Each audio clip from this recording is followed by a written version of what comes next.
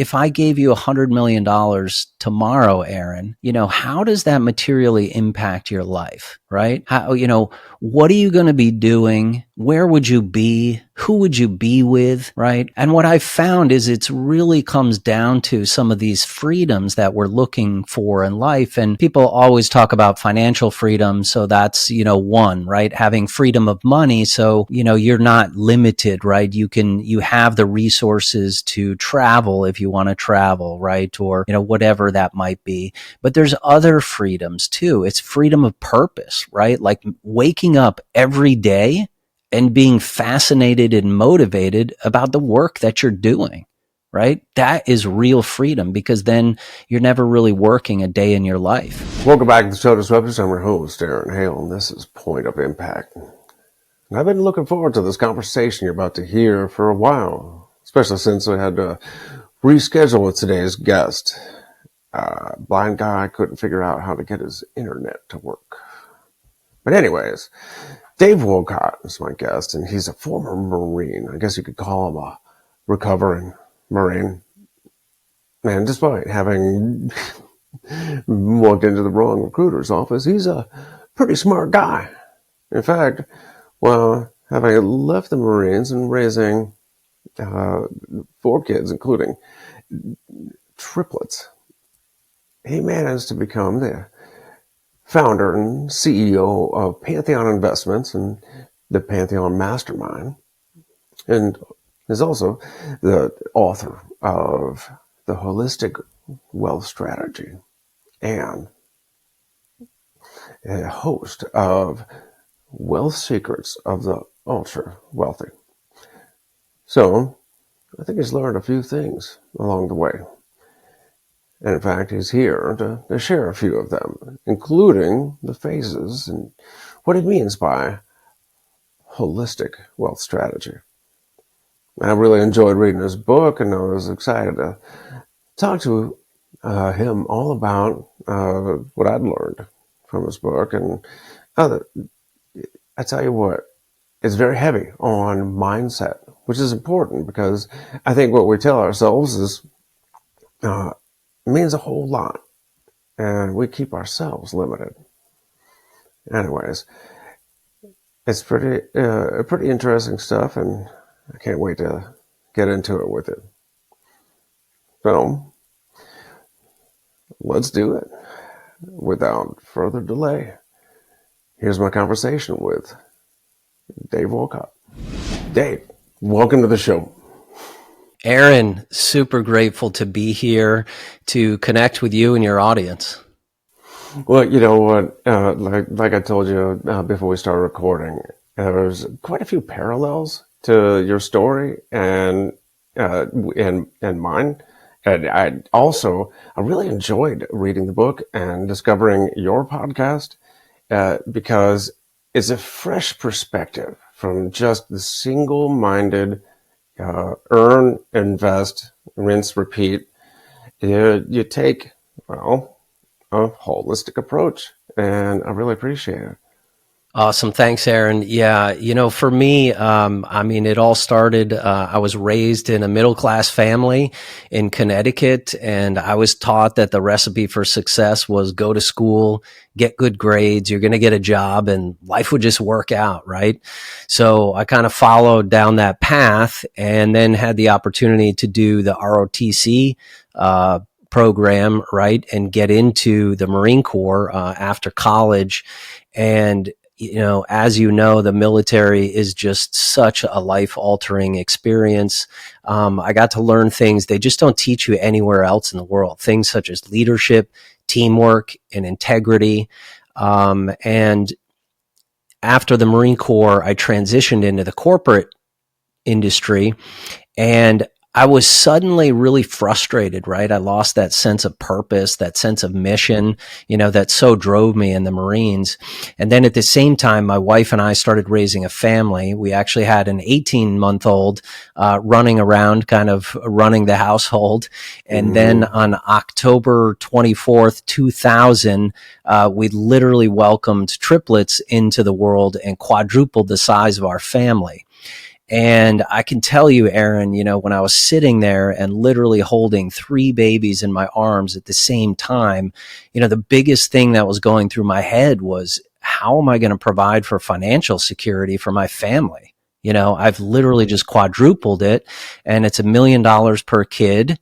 And I do want to, retire at some point, right? So what is the solution? So I went to see my financial planner, and he told me what, all the others before him told me, which was max out your 401k.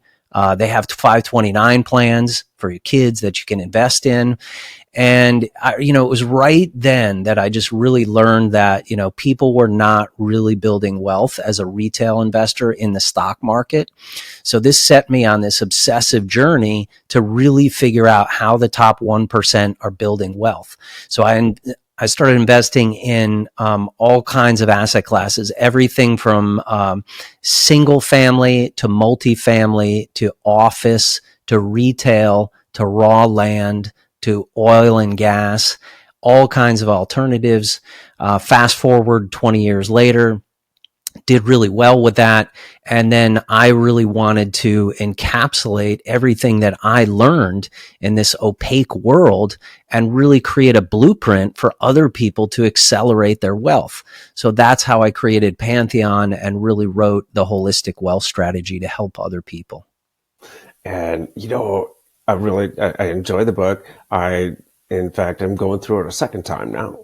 And you start really heavy on the mindset aspect of it. And it's really a frame of mind that I think is very important, because, like you said, that 9 to 5, educate yourself, get a good job, save in an IRA or a 401k, and, like, cut expenses until you're, living off ramen noodles, until you've saved enough by retirement age to live a meager lifestyle. And the first question I have, though, is, what were you doing and what was your mindset when you found out you were having triplets? Well, I can assure you that my neighbor invited me over that night because my mind was absolutely blown. I had no idea. I mean, we were just trying to manage one child, and then to now do 3. I mean, it's really like something you see in the news. Like, this doesn't happen to me, right? You hear about something like that happens to someone else, but it was literally happening to us. And my neighbor invited me over, and he opened a bottle of tequila to to help get through the initial shock of it. And then I just started to work on a game plan, and I wanted to be the best father I could, but also just that, I think, paternal instinct of, again, providing for financial security for my family. So I had to, I had to think outside of the box. I had to be innovative. And at the time, Rich Dad Poor Dad had literally just come out. And, I got myself a copy of Cash Flow Quadrant and took the purple pill and actually started to really kind of digest that and figure out that, hey, I need to become a business owner and an investor on the right-hand side of the quadrant as soon as possible. So I didn't know what business I was going to start, but I knew I had to get there, and I knew I had to become a professional investor, so that my my income was not capped. People don't realize this. By the way, we went for our first ultrasound, and I'm barely folding up my cane, taking off my jacket, sitting down beside my wife and the ultrasound tech. I was like, "Oh, having twins, huh? What?"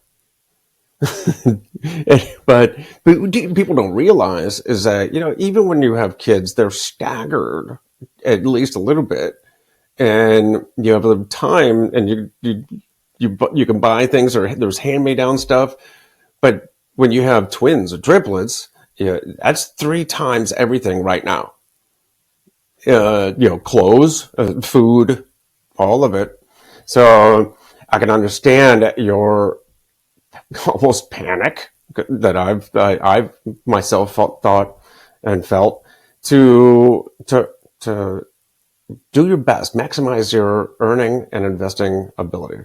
So tell me, you that's a good way to introduce. You have not just the financial freedom, but there's you talk about four different types of freedoms. Can you explain that? Yeah, for sure. And I really love, like, I've spent so many years trying to build wealth and also just trying to understand what does it really mean, right? And I find the essence of it, like it's if I gave you $100 million tomorrow, Aaron, how does that materially impact your life, right? How, what are you going to be doing? Where would you be? Who would you be with? Right. And what I've found is it's really comes down to some of these freedoms that we're looking for in life. And people always talk about financial freedom. So that's, one, right? Having freedom of money. So, you're not limited, right? You have the resources to travel if you want to travel, right? Or, whatever that might be. But there's other freedoms too. It's freedom of purpose, right? Like waking up every day and being fascinated and motivated about the work that you're doing, right? That is real freedom, because then you're never really working a day in your life. It's also having freedom of time in your life. I know so many people who have, big bank accounts and portfolios, but they don't have time. They're working 70-hour weeks, and they're not able to see their kids' events or grow up with their kids or do important things, right? Or take, long vacations. So having that time is really crucial. And also just think about the relationships and people you want to spend time with, right? I'm fortunate enough to spend my day, talking to someone like you, right? Who's had an amazing career and done so many amazing things. And you've paid the ultimate sacrifice. And, honestly, it's a real honor for me to spend time with you, Aaron, and talk to your audience. I get to do that today. And how exciting is that, right? Whereas there's a lot of people out there that are stuck in jobs and they can't stand some of the people they work with. So they're kind of like handcuffed there. So that's what I talk about when I say freedom, right? And I think freedom is what's all driving us to build wealth, because if we can create, financial resources in our life, we can create some of these other freedoms. But it really all starts with that. And then that gets encapsulated in a vision statement, because if you don't have a target, you're going to miss every time. That makes perfect sense. If I had $100 million, I could rub elbows with the group at Tiger 21. To get to hang out with them. But you know what? You're right. I'd love having the freedom to get to talk to my audience as well. And you're right. It starts with a vision. Where do you want to go?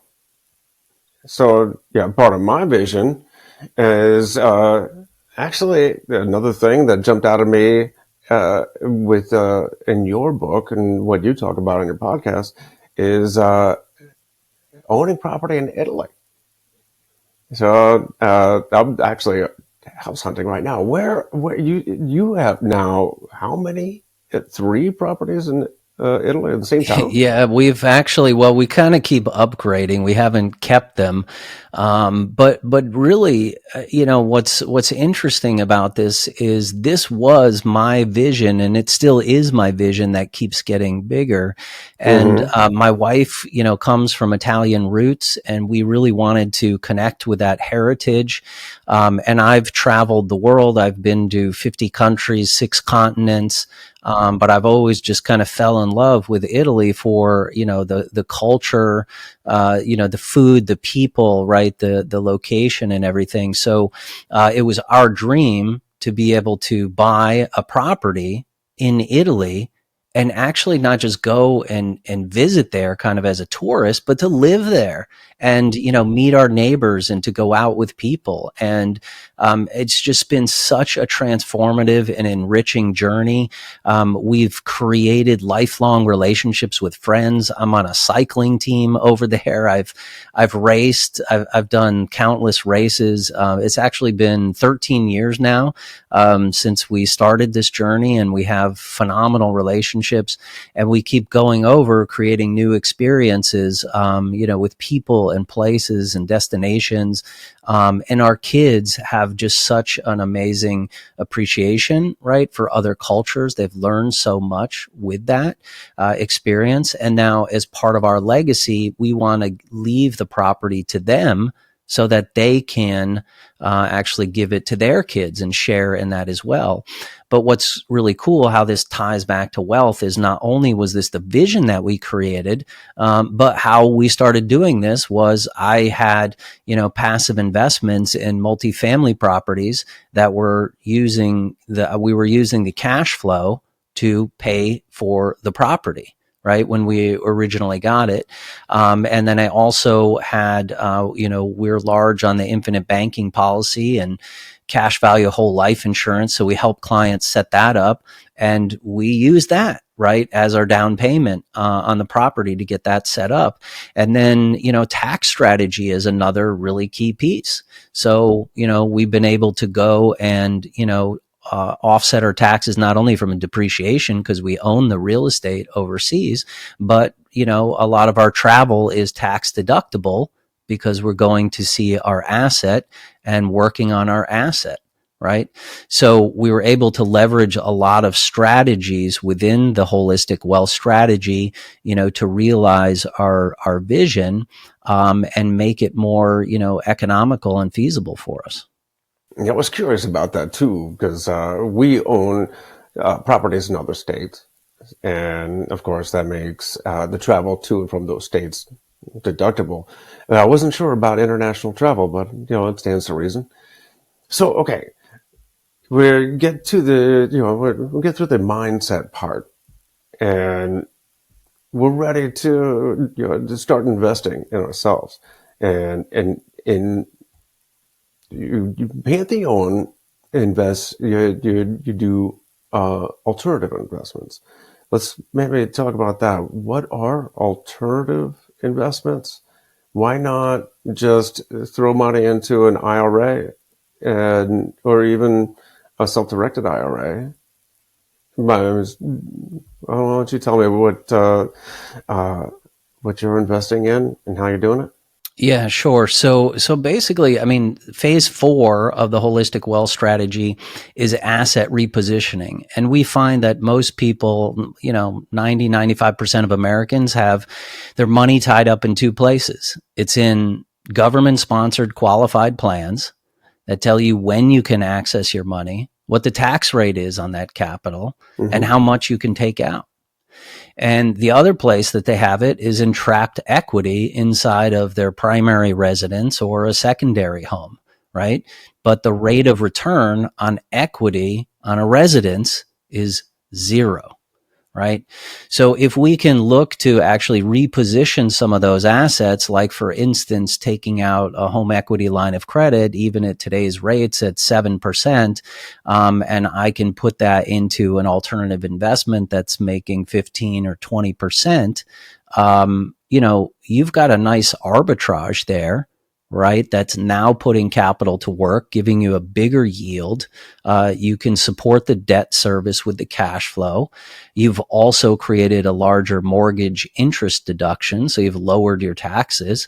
And by the way, you create yourself less risky to creditors because now the bank owns more of your house, right? If you got kids driving and things like that, people are going to come after you, right? That's where they're looking for it. So those are some of the opportunities I think that people have to reposition capital. And then to answer your question, we've been studying the ultra wealthy for over 2 decades now, and really keep refining our asset class and investment thesis into really 3 asset classes that consists of real estate, energy, and private credit and debt.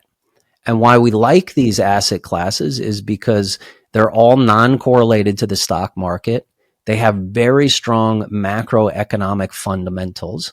So over at least the next, decade, when you talk about supply and demand, there's just not enough supply to meet the demand that's coming, right, for that. Mm-hmm. So we focus on those. And then the return attributes, you asked me why. I mean, people have money in 401ks. There's so many things wrong with these government plans. But number one, you're completely subjected to the market, right? And the volatility of the market. And at best, if you look at over the past 20 years, it's averaging about 7.5%. Is what you're going to make. So if we can get into another asset class, right, such as oil and gas, right? We just finished our last oil and gas opportunity. Most people don't realize that you can offset active income with oil and gas, right? And you can diversify into another asset class that the world needs. Doesn't matter where you live in the world, what industry you're in, the demand for oil and gas just keeps growing. And the new administration is completely supporting that as well. I mean, and regardless of who's in office, that's never going to go away, right? The demand for that is very strong. But that's a really big play. And when we can actually do this trifecta on the investing of saying, hey, I can get tax efficiency, I can get passive income, and then I can drive forced appreciation into an asset, then I'm winning three different ways. Or on the flip side, like you're reducing your risk in three different ways, right? Like when you invest in oil and gas, you're going to have like a 40%. You would have been writing a check to Uncle Sam for 40%, right? So that takes some of the risk off the table right out of the gate. So we really like energy as an asset class. We love private credit. This is a big favorite of billionaires these days. We have a credit fund that invests in merchant cash advances, which is essentially alternative lending to small businesses that are growing and they can't get funding from traditional sources.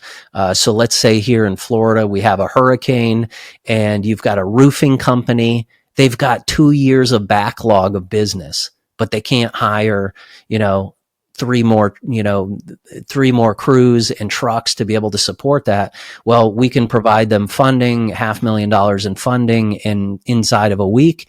They pay that back over 7 months. They pay a premium on that. But we then in return, pay our investors a nice double-digit yield on that cash flow, right? And then you keep recycling that money. So, and again, it's completely non-correlated to the market and really strong cash flow play. And then, of course, the last one, we love real estate. We've been very cautious with multifamily. I think we're still kind of at the bottom of the market. Hopefully, things are going to start improving in 2025. I think that's what we're all hopeful for. But our latest opportunity that we're doing is actually a medical office building, where we're working with a private equity group that has a stake with a dental practices that actually occupy up to 60% of, the tenants in the buildings. So you've got that vacancy is a 10-year lease that's signed before we even break ground and build a new office or go into a new area. So we think that's really stable. It's got solid returns. And so I think there's some, unique niche areas in real estate that, if you're paying attention and you're well connected, you can find those opportunities. After these messages, we'll be right back. I'd like to thank the sponsor of this episode, Extraordinary Delights, UODFudge.com. Extraordinary Delights is a disabled veteran, family-owned small business making handcrafted fudge and other sweet treats for the chocolate-loving patriots just like you. Go to UODFudge.com and check out some of our delicious flavors like triple threat chocolate with or without walnuts, mint dark chocolate, strawberry and creamy white chocolate, or my personal favorite, American Pick-Me-Up, an all-American version of tiramisu. While you're there, go to the apparel store and check out our awesome t-shirts, polos, and the baddest tactical apron on the market. You see me wear on the TikTok show, Aaron Hale's Cook Without Looking. So, right now, go over to eodfudge.com and pick out some fudge, other sweet treats for that patriot in your life with a sweet tooth. That's eodfudge.com. eodfudge.com. And now, back to the show. That sounds great. And I love the fact that you have the freedom of choice, right? You have more options than paper stocks. I'm curious, though, how you invest in energy without just buying. Are you buying energy stocks there, or what is? Yeah. So here's the difference, Aaron. Like when you invest privately, right? Mm-hmm. This is when you get actually all of the tax benefits and everything. Anyone can go. Just think about the barrier to entry, right? Anyone can go buy Exxon or ConocoPhillips on the exchange. Or if you want to get into real estate, you can buy a REIT, right? But it's like, my kids can buy that asset class. So what is that? That's like going to the mall and paying full retail price to buy some clothing. Mm-hmm.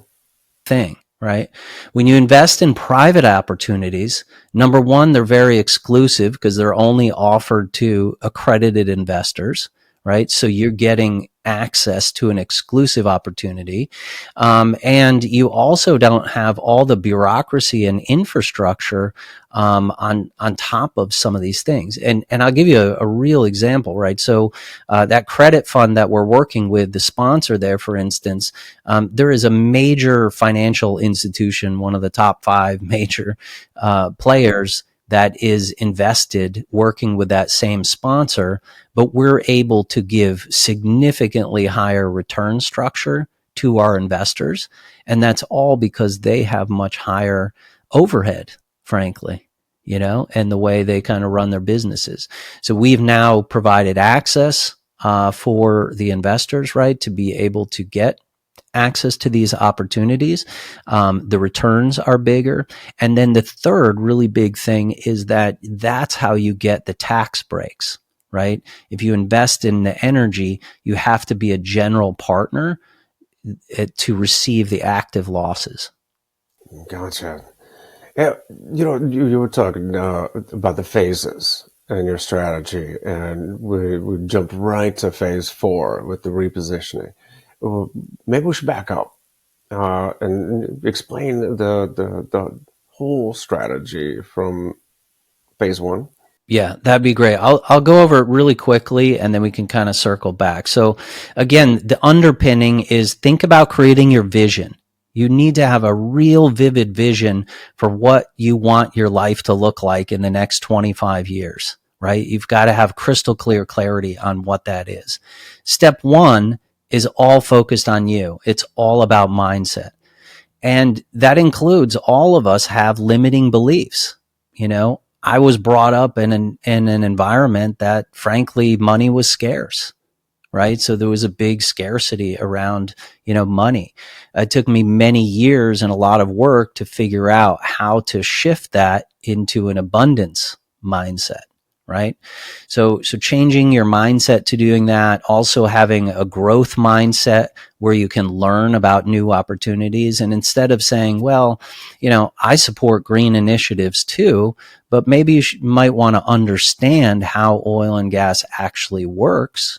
Right. And all the depth to it before saying something. Or some people might say, well, I'm not going to invest in a syndication because my financial planner says that's risky. Okay, well, you need to have the right mindset to challenge him and say the reason he's saying it's risky is because he doesn't make money if you go invest in a private deal. Typically, that's kind of how that works. So you have to have the right mindset. Phase 2, we talk about now increasing your IQ. You want to improve your financial IQ, your relationship IQ, your mindset IQ, and your physical IQ, right? And that's why it's holistic. I mean, think about Steve Jobs, for instance, right? He had all the money in the world, but he couldn't buy himself another day. Right. So never forget your health, right? And always be investing in yourself is really important. And then increasing your financial IQ, understand that there's so many different strategies that really are not generally well known because of this multi-trillion-dollar financial services industry that only wants you to think the only way you can invest is in stocks, bonds, and mutual funds. But it's really because that's how they make their money with this assets under management model, right? So you have to get smarter with all of these things. And then in phase 3, we talk about really building a team, a dream team around you, and really trying to create infrastructure around your wealth. And so one of the things here that's really big is the infinite banking, which is essentially all it is a cash value whole life insurance policy. But I've been using this for about 15 years. And you create basically a capital warehouse of where you can store capital yourself inside of this policy. And then the money compounds completely tax-free. You can give it to your heirs tax-free. And the coolest thing is that you're able to actually borrow against it to then go and invest in other opportunities, creating more leverage and velocity. Or that's where you can keep your emergency funds and things like that, right? So there's a lot of cool strategies.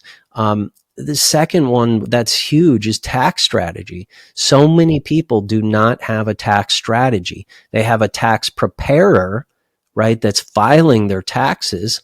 But what if I told you you could save 10% on your taxes this year and the next 10 years in a row, and then compound that out, what that capital would be that you could now put to work? That's absolutely massive.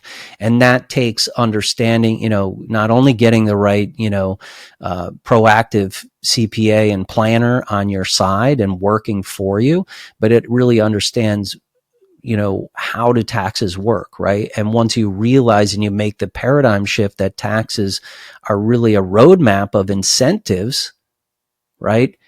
Then you can start actually changing the way you think, changing, how you purchase assets, how you do activities, right? So everything starts to become tax efficient because it's completely reasonable to be within 0 to 20% in taxes, especially as an entrepreneur or investor. I don't pay taxes.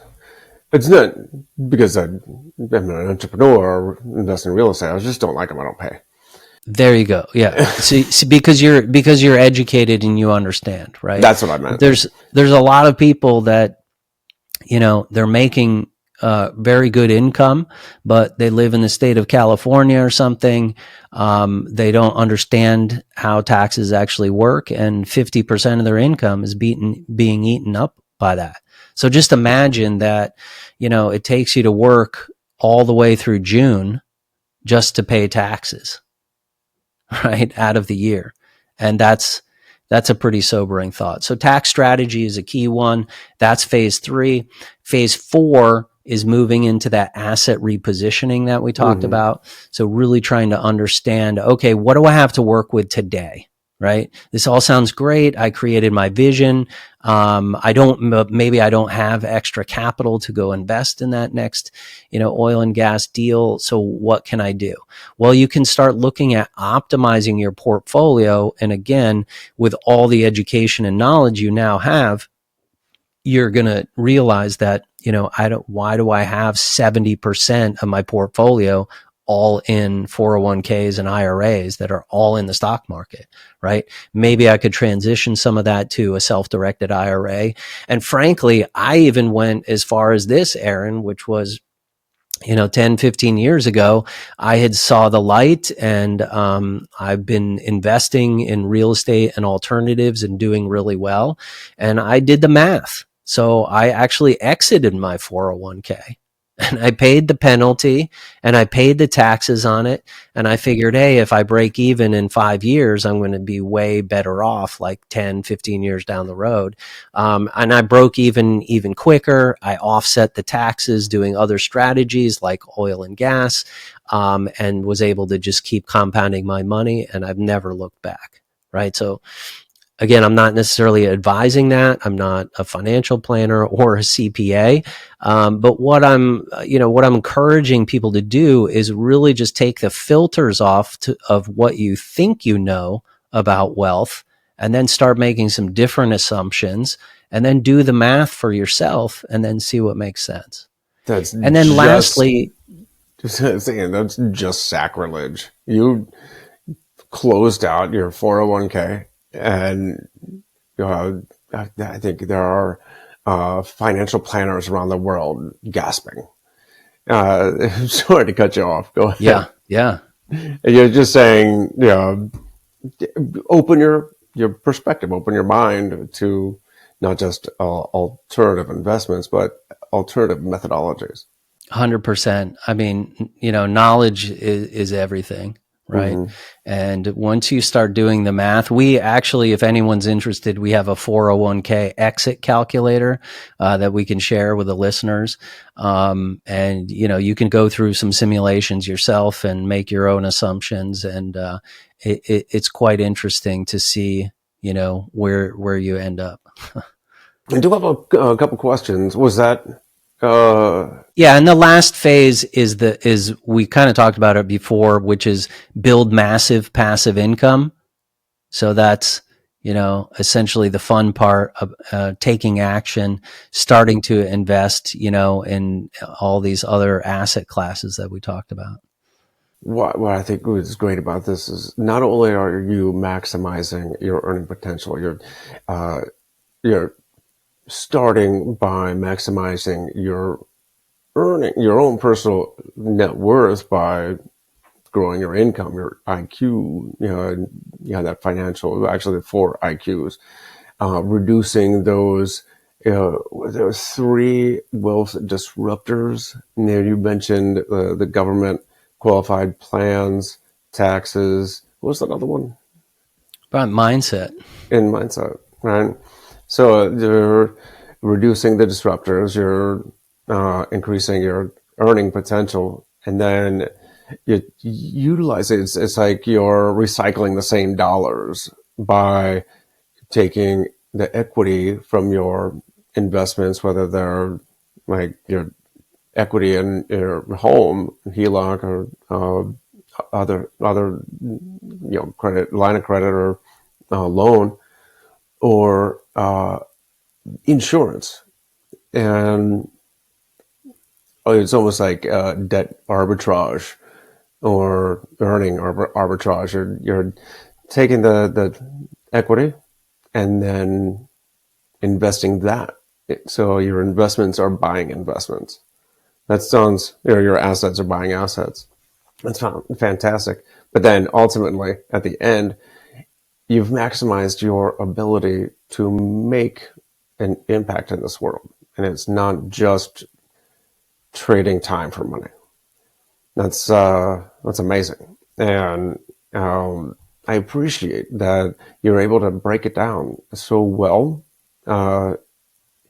What I was going to ask you, though, was mentioning the insurance.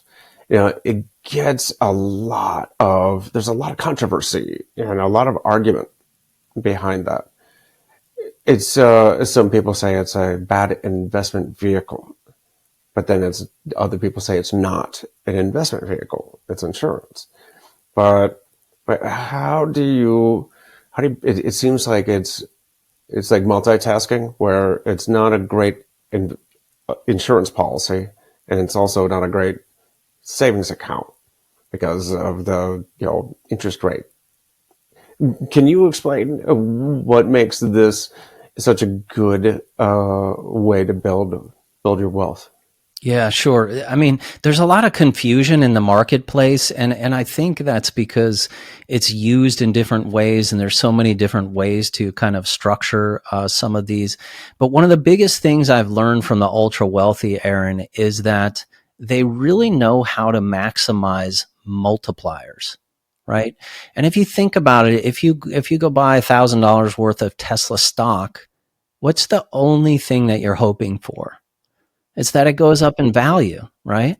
It's so linear in nature. It just, well, I hope it goes up. That's it.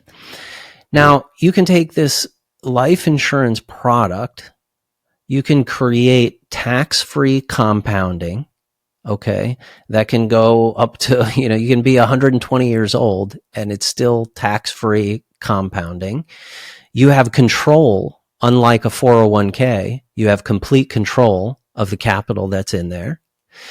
You can give that money to your heirs, okay, without paying probate and taxes. So it's a form of estate planning.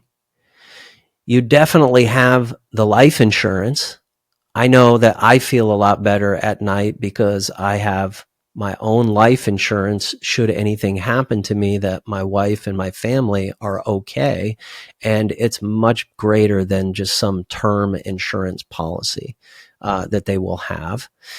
And then the really coolest thing about it is, again, this ability to access the capital, which is where I keep my emergency reserves. So it's in their safe. And by the way, we saw the banking sector blow up with about 180 different banks in 2024.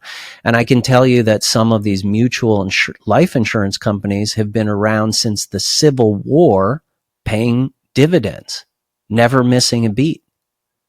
Right? So I feel actually a lot safer that my money is inside a mutual insurance company versus a bank that maybe you have, FDIC protection up to 250K at best, So you have the safety of knowing it's in there. And then I can borrow against that money to invest in another opportunity. So that's where I keep, so for instance, all the passive income I have of all the deals that are coming in every month, every quarter, like what do I do with it? I don't want to just put it into a bank account and earn whatever, 1%. So I put it into the policy and it's now earning like 6% until I have my next tranche, or I can wait until that next great opportunity presents itself, to then go invest again.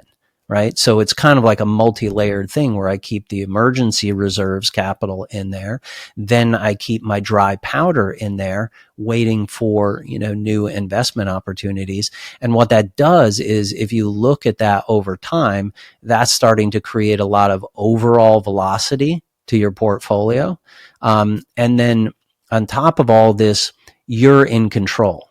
Right? Unlike all these other programs like 401ks and everything, like you're not in control of your own money. So when someone asks like, hey, that only has a yield of 6%, doesn't sound like the greatest, financial vehicle. I can do a better yield on it than that. Well, what is the ROI on all of those benefits I listed? And there's more than that. But what are the benefits of all of those, and then stack them together? And to me, when I stack those all together, the value is significant, right? And that's why I've been practicing this myself. Like I said, almost 15 years now. Now we have policies for our kids. My daughter literally just used one to buy her first house, which they then house hacked and then turned into a rental property at only age 24. She was able to do that, but she had, capital from the policy to borrow against, go buy the house. Then they improved the house, sold the house, paid off, put it back into the policy. And now, she's on to the next, right? So this definitely works. I've seen, it's working for myself. I've seen it work for a lot of clients, and it can be very powerful. But I caution people to be using the right agents to work with. It's got to be structured very properly to be able to make this work most efficiently. I think that's where some of the fear comes from. Is that, for one, you, like you said, a lot of people take that very narrow view of the whole life policies as cash value policies, and it's like strictly looking at the interest rate on a mortgage, but you're not looking at uh, how much house it's covering, the other fees, there are a lot of different variables with that as well. Also, the loan originator can package these things so many different ways that the novice doesn't even know where to start. And if you go to your big box insurance agency, they're not even going to know what you're talking about. So how does somebody find the right policy, the right insurance package to start building that wealth the way we want it? You want to utilize it. Yeah, and that's really the power of the network, Aaron. We created also a mastermind community, and we run a virtual family office, and it's all about creating basically, these alternative advisors that I've been curating over 2 decades to find top-notch people to do things. And that's why, frankly, we got licensed and we can help set these policies up as well, so that we can do things the right way and give the right, advice to others. Well, that's fantastic. I think that's say others, they kind of build verticals into their system. You've got a real estate broker who also does property management and has a mortgage team in the same office. You've got an investment firm, an investment fund, and also originate these insurance policies. That's fantastic. So, uh, what are you looking towards investment wise right now? I think somewhere around mid to late 2022, apartments, multifamily apartments kind of peaked a little bit, but then I don't know what's happening lately in real estate. What do you see heading forward into 2025? Yeah, it's going to be an interesting year. And again, I think we're still in a wait and see on multifamily. We're definitely looking for good opportunities. And then, we're always looking because the idea, right, is that as I was building my portfolio and still am, rather than just maybe you might find one operator that you like, but you need diversity between operators, asset classes, geographies, return profiles, right? As you build your portfolio to create more resilience around that, right? So, for instance, we had talked about this medical office building. That is the opportunity that we're actually just launching here in February, which we think is really unique. The operator has an amazing track record. And then, super low risk by having this backed by this private equity, dental group that eats up, 60% of the lease is actually signed for the next 10 years. So we can do new construction as well as some value add into some of their what they call medtail properties. We think that's a really nice opportunity. It's performing really well. That's based in the Carolinas market that has a lot of growth to it. So we're always looking for, I think, unique opportunities like that. We're going to continue to look at multifamily. Self-storage is another good asset class, mobile home parks, and see if we find any opportunities that surface coming for there. And then again, I just really like private credit. We're just seeing this fund that we've had now for 2 years perform super well. Really solid double-digit cash flow, non-diversified to anything. And like here's a great example for you, Aaron. Right, we've got a lot of investors who are saying, "Okay, I've got money." Or I don't have like free capital to invest in that, but I've got this 401k money that's sitting here and I'm overweighted in this. Well, you can convert some of that into a self-directed IRA, and if that capital is making 7.5% and it's all exposed to the market, you could carve out a portion of that to invest into this fund that the growth class is making 20% plus return, and now you've just significantly improved, right, your overall return that you had. So that's a really nice strategy, right? And again, I love this creative finance and thinking outside the box, and just let's take what we know, we learn some new things, and then apply those. And how can we improve our scenario? Right? How can we improve our overall yield? How can we reduce our overall taxes? How can we create more passive income? How can we reduce our risk by investing in alternative assets, right? Or different asset classes that are non-correlated. I love it. I can geek out on all of that all day long if given the chance. So I think as we wrap up here, I'm going to start to land the plane. One question I've got is, when do you head back to Italy? Plan is to go end of June. We usually go kind of end of June through, July. So it's not super busy then. And yeah, really excited to, see friends. And I'm going to have to dust off my Italian. So I always get a little bit rusty. But learning the language has been another just great way to expand your brain and, think differently. And again, it's something I share that vision with my wife, and we can share together. Maybe another time I'd love to tell you the stories of me learning Italian from a bunch of public works Napolitans.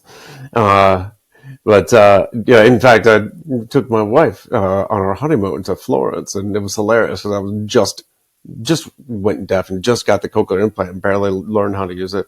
So I tried to speak Italian to everybody, and surprisingly enough, every Italian would speak back to me in Italian. I'm like, no, I'm deaf.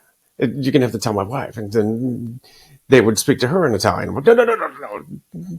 She doesn't speak Italian. You have to tell her in English, and she can tell me in English, and then I can talk back to you in Italian. And there would be a pause while I know they're both staring at me like I'm an idiot, and they're just talking to each other, and it's English. I'm like, no, parla la lingua. Anyways, that thing is hilarious, but it was such a great trip. I think this is a good place to just go into a final segment called the Countdown to Impact. And this is 3 books, 2 quotes, and 1 person that all made an impact in your life. Wow. Okay. These are always hard for me because there's so many. Just books. I'm thinking about Cash Flow Quadrant was a fantastic one. 10X is easier than 2X. Dan Sullivan, great book. And What's in It for Them by Joe Polish, great book about serving other people. Mm-hmm. And really, really solid there. In the quotes, here's a Warren Buffett one: until you figure out how to make money work for you, you're always going to be working for money. And another Warren Buffett one would be, only investing in what you know, right? So that's kind of ties to the financial IQ piece. Excellent. And one person you want to credit today with impacting your life? I would say Dan Sullivan. So I've been involved in the Strategic Coach program gosh, it's going on 8 years now. So he's been kind of my lead coach and mentor, and it's been really phenomenal experience in my entrepreneurial journey. No, and certainly influenced me through his books. So I think that's great. Well, with that, I will thank you very much for your time, sharing your expertise.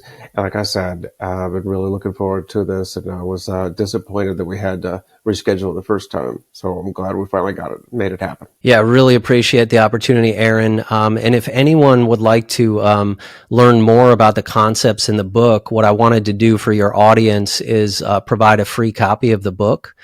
So they could just go to holisticwealthstrategy.com and download a free copy of the book.